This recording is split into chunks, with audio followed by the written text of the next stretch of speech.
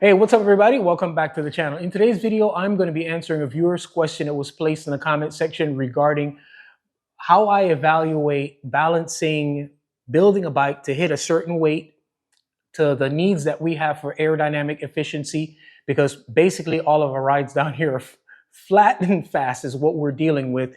So I was asked about my preference in those two criteria, rim depth and weight. And I think there's a third consideration, cost, because we're talking about speed and weight, which in cycling, those things cost a lot of money. So to answer the question directly, my preference in terms of wheel rim depth is 45 to 50 in the front, and then in the rear, kind of like 55 to 58, maybe 60 in the rear. And I've got two wheel sets that I've had in my rotation right now that fit that criteria. One of them is the Far Sport S series, where I've got 50 millimeters in the front, 60 millimeters in the rear. And the other one is a Magine XR DB508. Phenomenal wheel set. That wheel set is kind of like a secret to YouTube cycling guys, but it's really a darling of a wheel. And that one comes in at 50 millimeters in the front, 58 millimeters in the rear. But during that week, I had just gotten off a ride that I'm going to run a video and do a little bit of a voiceover and talk about the performance of these ICANN FL38 Max, which are nowhere near the criteria that I've just described. But the wheels were so good on that ride that after thinking about the question, considering the ride and what happened, I was like, I've got to talk about these wheels on there. This wheel set is basically 38 millimeters in depth. They're carbon steel spokes, CYCPLUS race spokes.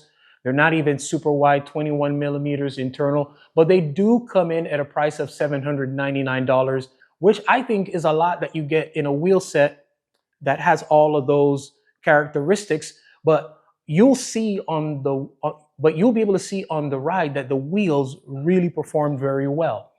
So I'm going to run the video. I'm going to talk a little bit about what was going on with the wheels, or what I was feeling from the wheels in terms of their performance, their aerodynamic efficiency, their stiffness for being able to transfer my power.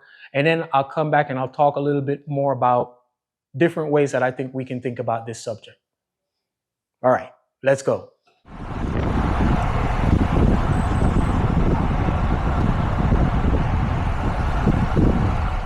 Team Galease rides out of Davie, Florida, and they have been leaving from the same location for at least 10 years that I know of, maybe even longer than that.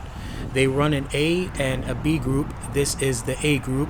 They do run a double pace line with a simultaneous rotation, which I think is really good because it avoids the surging that happens on one side. Sustained rolling speed is 23 to 26-ish miles an hour. And I believe their entire loop is 50 miles nonstop. I had not ridden with them in quite a bit, and my intention this morning really was to ride with a different group, but I was a bit late getting out of my house, so I rolled up to the spot and hopped in with them. Turns out it was actually a very good decision.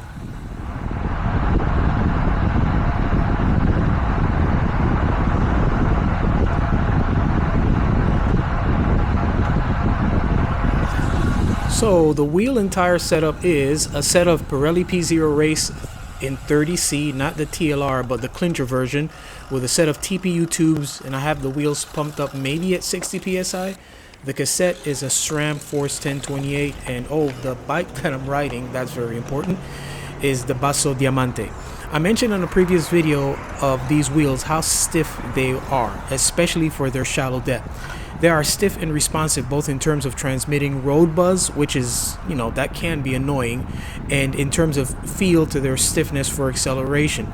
They are surprisingly racy, and it's a good thing that I'm on these 30Cs because they definitely help to absorb what would otherwise be transmitted to me.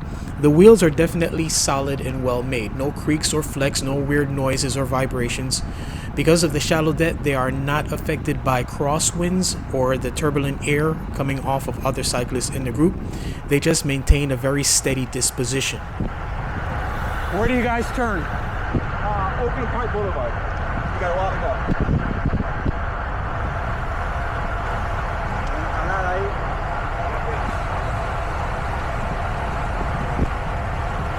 When I got on the front, you can definitely hear the wind change, but the wheels kept up the speed to power and I didn't feel like I was paying a shallow rim tax or anything. As this ride progressed, the speed was maintained and I did maybe 3 more rotations at the front. And at the time that I was with them, we were facing different directions, all with the same result. Whether I was going into a headwind, side wind, crosswind, tailwind, it all felt the same. Package felt adequately compliant, wheels accelerated and maintained speed well, and the wheels were also stable, like I mentioned, in all wind conditions. 24? Whatever you're comfortable with. Say again?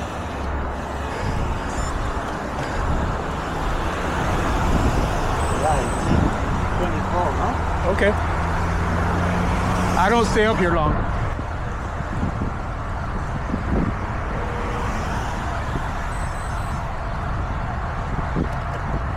Coming off the light, just like with turns, I take care to bring the speed up gradually. And typically on a ride like this with so many people in a rotation, I mean, we've got all these horses that can pull. I will stay up front for like 30 seconds or so. I'm really not trying to bury myself or to show how strong I am. Granted, I was up there a bit longer, but you know, I felt good. It was cool and we had a good time. Good group, good rotation. I had a blast.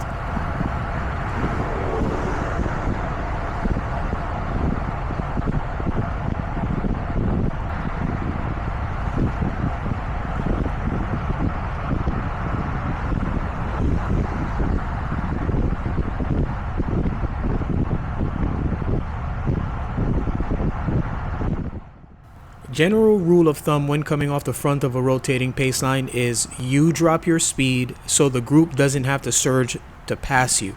This keeps it smooth and avoids surges. Then as I slide back, I will eventually catch my breath and then pick my speed back up so that I can match the speed of the group, so that when I find a spot for me to be able to slot in, nobody has to brake, so I'm not breaking the momentum of the group.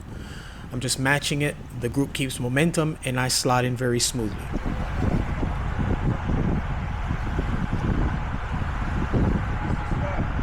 What's up, Ron?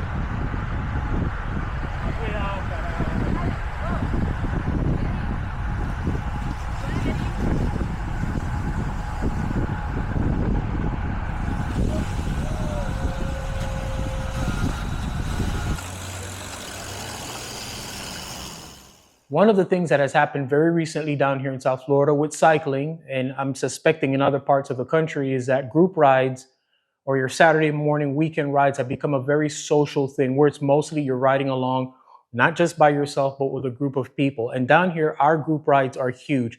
I could take you within like a 10-mile radius of where I live on Saturday morning, and I could easily pick out 7 to 10 rides where we have 40 plus people on each one of those rides. And in some instances, even more than 40 people. So one of the things that's happening is that, yeah, you're looking for aerodynamic efficiency, but it's needed up to a point, because I don't care how you measure it. If you're riding with a group of 40 people, at some point you're going to be doing an awful lot of drafting, which means that your wheels and your equipment are primarily tucked away. And let's not forget that not too long ago, some really efficient wheels were coming in right around 43 millimeters in depth to 39 millimeters in depth. So not very far off from where these ICANN FL Max are actually hitting numbers. So if your wheels are tucked away, you're doing primarily some drafting and you're keeping your speed below, let's say 23, 24 miles an hour, then aerodynamic efficiency is not the most important criteria. I think that that really comes into the equation heavily when you're on the front a lot and you're hitting speeds in excess of, let's say, 25, 26, 27 miles an hour, which also is a thing that happens down here. But I say all of that to say that I wouldn't discount finding a quality wheel set that can hit the weight criteria that I need, that comes in at a very good price point and that roll efficiently, because the aerodynamic efficiency, I'm not saying that it's secondary. I'm saying that there's less criteria placed on what's happening with your equipment because it's tucked away. And then the other really significant criteria with aerodynamics is that still 65 to 70 something percent of our aerodynamic drag is being produced by our body and our position on the bike. So I would not hesitate to take these wheels out on any fast group ride that I typically do, because of all of those things that I just mentioned and the things that I talked about during the video. But I'm curious to know what your thoughts are on the subject. What do you consider to be the sweet spot in terms of rim depth to weight and cost consideration for your cycling needs? Let your voices be heard in the comment section below. Thanks for supporting the channel by continuing to watch our videos, giving us likes, comments, and sharing. As always, our aim here is to inform, instruct, inspire. Be blessed.